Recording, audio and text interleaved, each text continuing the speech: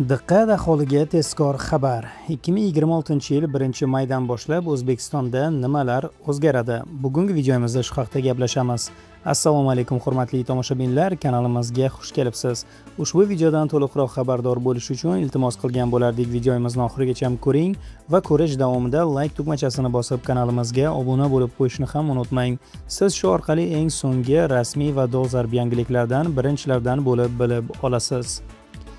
Diqqat qiling, 2026-yil 1-maydan O'zbekiston qonunchiligida o'zgarishlar. Birinchidan, aliment qarzdorlariga yangi cheklovlar. Aliment undirish tizimini kuchaytirish maqsadida endi aliment qarzi mavjud bo'lsa, shaxslarga nisbatan qo'shimcha cheklovlar qo'llanadi. Qarz to'liq qoplanmaguncha ular ayrim yirik bitimlarni amalga oshira olmaydi. Shuningdek, ba'zi bank xizmatlari, kredit olish imkoniyatlari va davlat xizmatlaridan foydalanish ham vaqtincha cheklanishi mumkin. Bu chora bolalar manfaatlarini himoya qilish va aliment to'lovlarini o'z vaqtida undirishga qaratilgan. Ikkinchi o'zgarish. Toshkent shahrida dizayn kod kuchga kiradi. 17-maydan boshlab Toshkent shahrida shahar tashqi ko'rinishini tartibga soluvchi yangi dizayn kod amal qiladi.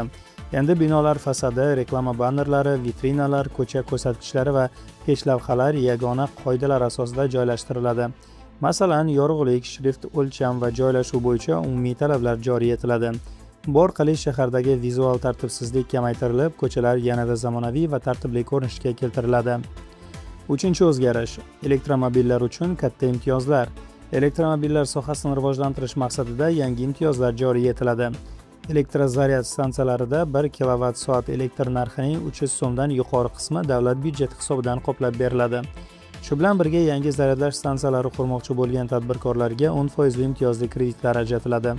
Yer maydonlari ham arzonroq narxlarda taqdim etiladi. Rejaga ko'ra, yil yakunigacha zaryadlash stansiyalari soni 4000 tagacha yetkaziladi. To'rtinchi o'zgarish.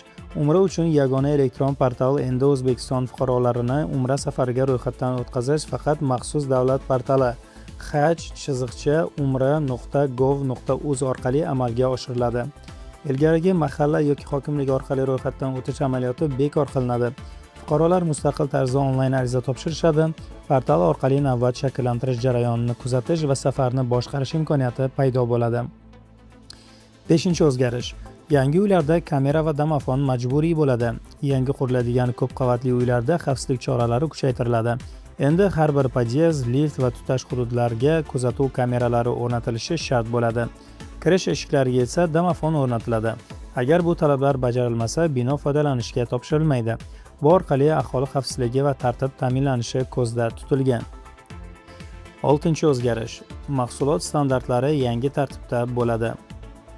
Endi mahsulotlar uchun ko'plab standartlar majburiy emas, balki ixtiyoriy shaklga o'tkaziladi.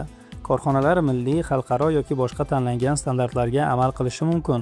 Shu bilan birga bozor nazorati kuchaytiriladi, ya'ni mahsulot sifati va xavfsizligi maxsus tekshiruvlar orqali baholanadi. Muayyan talablarga javob bergan mahsulotlarga maxsus milliy muvofiqlik belgisi beriladi. 7-chi o'zgarish. Tadbirkorlarga kredit berish tartibi o'zgaradi.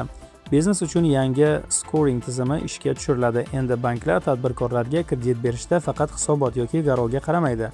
Soliq to'lovlari, kommunal xarajatlar, eksport operatsiyalari, bank aylanmasi va boshqa ijobiy ko'rsatkichlar ham hisobga olinadi. Bu orqali halol ishlayotgan tadbirkorlarga moliyalashtirish imkoniyatlari kengayadi. 8-chi o'zgarish. Yangi tezyurar poyezd harakatni boshlaydi. 2-maydan Toshkent Xiva yo'nalishida yangi yuqori tezlikdagi Jaloliddin Manguberdi poyezdi qatnay boshlaydi. Poyezd soatiga 260 km gacha tezlikda harakatlana oladi. Yo'l vaqti deyarli 2 barobar qisqarib, 14 soat o'rniga 7 soatni tashkil etadi. Poyezd VIP, biznes va ekonom toifalarga ega bo'ladi.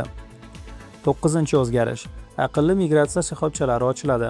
Toshkent, Samarqand, Farg'ona va Qoraqalpog'istonda maxsus aqlli migratsiya shoxobchalari tashkil etiladi. Bu yerda ID karta olish, propiska qilish, ma'lumotnoma olish, yashash joyidan chiqish yoki ro'yxatdan o'tish kabi xizmatlar avtomatlashtirilgan tarzda ko'rsatiladi. Bu aholi uchun navbatlar va vaqt sarfini kamaytiradi. 10-chi o'zgarish. Elektron viza muddatini uzaytirish mumkin bo'ladi. Elektron viza bilan kelgan xorijliklar endi vizasini bir marta 30 kungacha uzaytirish imkoniyatiga ega bo'ladi. Bu turizm va investitsiya uchun qo'shimcha qulaylik yaratadi. 11-o'zgarish. Davlat xodimlariga avtomobilsiz kun. Har oyning 10 va 25 sanasida avtomobilsiz kun aksiyasi o'tkaziladi. Bu kunlarda davlat xodimlari xizmat avtomobillaridan foydalanmaydi. Shu bilan birga aholi o'rtasida piyoda yurish madaniyatini ommalashtirish maqsadida 10 ming qadam tashabbusi qayta joriy etiladi. 12-o'zgarish. Yosh ekolog ko'krak nishoni ta'sis etiladi. Ekologiya sohasida faol yoshlarni rag'batlantirish uchun yosh ekolog ko'krak nishoni ta'sis etiladi. U maktab o'quvchilari, talabalar va xalqaro darajada natijaga erishgan yoshlarga turli darajalarda beriladi. 13-o'zgarish. Harbiy xizmatdan qaytgan yoshlarga yordam. Harbiy xizmatni o'tab qaytgan yoshlarni kasbga o'qitish xarajatlari davlat tomonidan qoplanadi. Shuningdek, ularga xususiy sektorda ish boshlash uchun qo'shimcha imkoniyatlar yaratiladi. 14-o'zgarish. Universitetlar spin-off korxonalar ochadi. Oliy ta'lim muassasalari va ilmiy institutlar o'z ishlanmalari asosida xususiy innovatsion korxonalar tashkil qilishi mumkin bo'ladi. Bu yangi texnologiyalarni bozorga olib chiqish va ilmiy ishlanmalarni amaliyotga joriy etishni tezlashtiradi.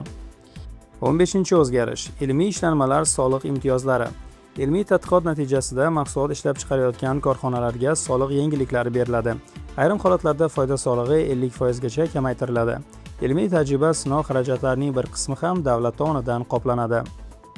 16-o'zgarish. Til sertifikati borlarga foizsiz mablag'. C1 darajasidagi milliy yoki xalqaro sertifikatga ega shaxslarga olis hududlarda o'quv markazi ochish uchun foizsiz mablag' beriladi. Bu imkoniyat endi 30 yoshdan oshganlarga ham tatbiq etiladi. 17-o'zgarish. Davlat idoralarida qog'oz kamayadi. Qog'oz, siyoh va printer xarajatlari bosqichma-bosqich qisqartiriladi.